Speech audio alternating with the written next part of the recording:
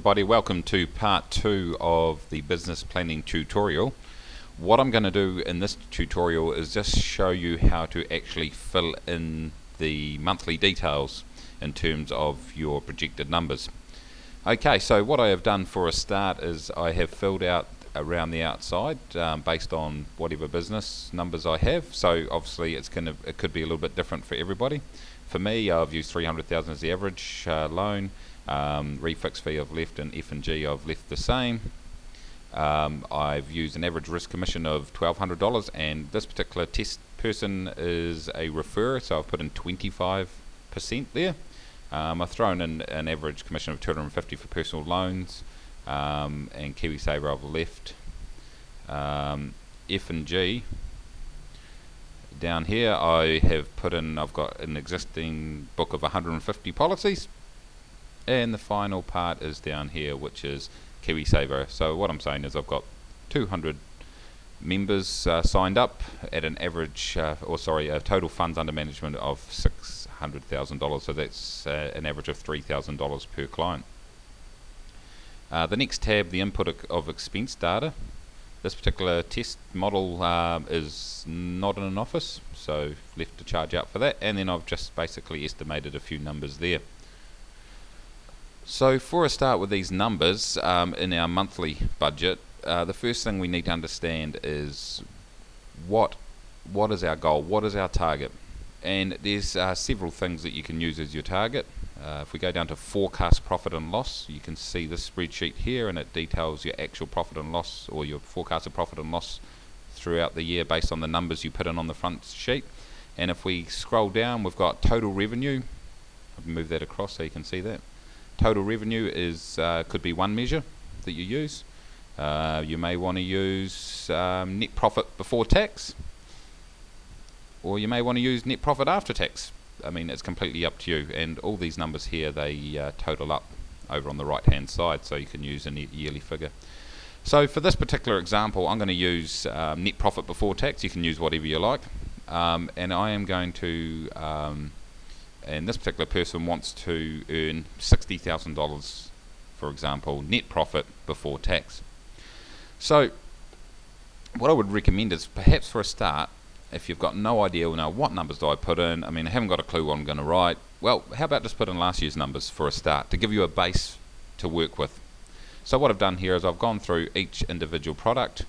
As you can see, there's mortgages, put in how many loans I wrote. Obviously I've done this I've just made this example up, so it's probably not that realistic in terms of having exactly the same mortgages every month, but you get the drift. Same with refixes, throwing some numbers in there. I've put some F&G numbers in. That's this column here. I'll move it across, probably can't see it. And risk numbers in here. And personal loans. What I've done is I've left personal loans blank because I feel that it's not an area I'm going to write much business in. Obviously, if you do, that's fine. And KiwiSaver, I've left the actual month by month numbers blank, although I intend to write it. We don't have a provider at the moment, so it's pretty hard, but the trail based on my existing book will update through there. So what I've done is just use my last year's numbers on a month-to-month basis and put them into the slots. So the next thing to do is go down to forecast profit and loss. We're on this sheet here, and just scroll across to the part that you're going to measure yourself on, and for me it is going to be net profit before tax, so this line here. And if I scroll across, we can see that based on last year's figures, 51 grand was my net profit before tax, with all things being equal. Now, as I said, the goal for me this year is $60,000 net profit before tax. So what that tells me is that the numbers I've put in this sheet are not going to be good enough to hit my target. So then you need to think, well, let's see, what are the areas that I can tweak, or that I think that I'm going to improve on based on my goals, that will allow me to hit the $60,000.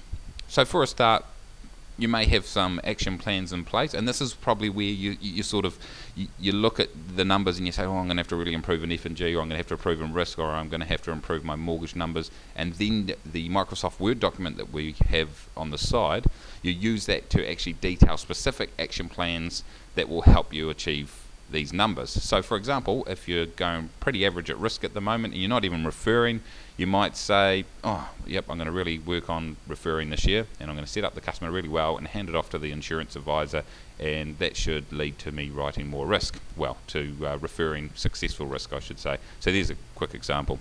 So for this one here, this is probably a fairly newish franchisee into the business, maybe only been in a couple of years, something like that, I don't know, it's just a bit of an example. But they might say, look, I've really been useless in my follow-up process, or I haven't really been active in referrals, and with MPRE coming in as well, I can see an opportunity there. So I really think I can improve my mortgage numbers, maybe just a bit. So they might go, okay, well, let's see, October through December, traditionally pretty good for me, so I think I can improve these numbers, but not too much, maybe just by 1, so increase those by 1. And then you might say, well, February and March, yeah, by this time I would have had this entire year to really bed in my processes, so I think I can continue the improvement, but I won't be too ambitious. I'll just throw in maybe 1 each there. So there's an example of increasing your numbers. So then you quickly go to forecast profit and loss. 56,000 we're at right there. Let's move across. So okay, we're not quite there, and you might think, well, okay, where else can I see improvement? And let's have a look. So we might say F&G. Well, you go, well, really I have been going pretty well with F&G. It's something I really believe in, and to be honest, if I'm writing say 4 mortgages and up to 6 mortgages, 3 policies should be, you can do that in one hit, house, contents and car, for example, or if they've got multiple properties, so you might think, well, look, actually I think I can certainly improve on those. In fact, I could probably significantly improve, because I'm starting to really get the hang of F&G now, and I've got a good process in place. So I think I can write at least 2 more per month. So increase these numbers by 2. Once again, these are complete examples. Yours may be completely different, but you get the idea on how you can tweak your numbers to ensure you hit your goals. So I'm moving across there. Increase them by 2, and then straight down to your forecast profit and loss. Okay, so not a huge difference there, and that's understandable with the F&G commission. Okay, so then you go, right, where's my other area? Well, my other big area that I really want to improve on is risk. I've put in here that I'm going to write 1 per month, but really, I can do much better than that. My referral process hasn't been that robust, and I really think I can do better. I can put some, figure out some really good processes, ensure that my customers get referred every time. I'll follow up with the insurance advisor, and I can pretty sure I can at least write a couple a month. So what you might do is go through and increase those by 1 per month. Once again, examples. So. And you might say, well, actually, January I'll leave. Oh, sorry, October, November, December. January, no, it's a slow month. I'll have a rest there. So there we go. So it goes to risk per month. So I've just tweaked them slightly up. And then look, and here we go here. There we go, great. So what we know now is that the numbers that I've put into my forecast are good enough based on the expenses that I've put in up there. Are good enough to hit my target, which is $60,000 net profit before tax. So that's pretty much all it takes. Obviously the questions you need to ask are these numbers realistic? So if you look through these and go, yeah, I've tweaked them up a bit, yep, I can certainly do that, and I know that I'm deficient in this area. I need to improve my sales process, or I could be really, I could be getting a lot more referrals. I could be following up on my pre-approvals, whatever it might be. You just need to decide whether they're realistic, because there's no use putting numbers in here that aren't realistic. But also, you still want to put a stretch target in, so you're actually stretching yourself and getting the most out of the year that you can.